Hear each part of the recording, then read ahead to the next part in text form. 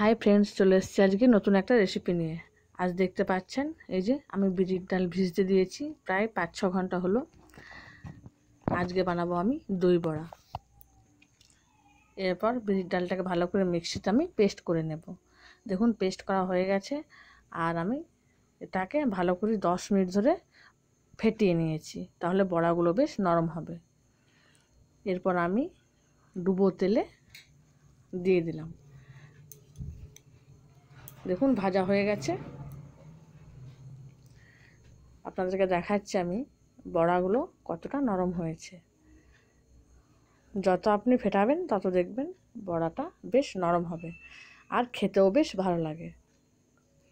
ভিডিওটি যদি ভালো লাগে তাহলে লাইক, কমেন্ট, শেয়ার আর সাবস্ক্রাইব করে দেবেন।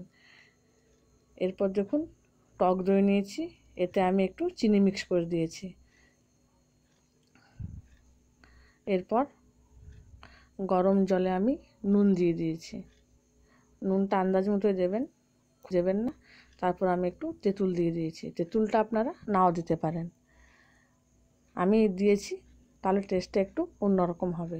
এরপর আমি ভেজে রাখা বড়াগুলোকে গরম জলের মধ্যে দিয়ে দিলাম।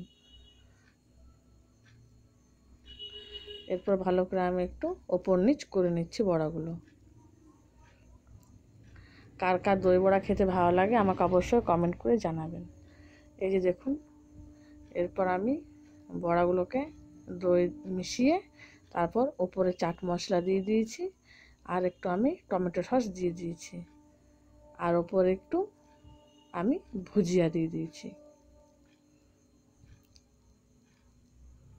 রেডি হয়ে গেল আমার আজকের রেসিপি দই বড়া।